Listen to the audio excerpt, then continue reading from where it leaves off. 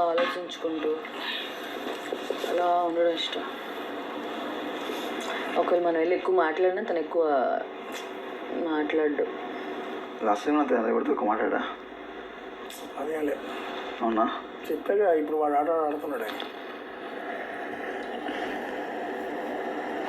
Last టైంకి ఇప్పటికి ఆట చాలా మారింది వాడిది.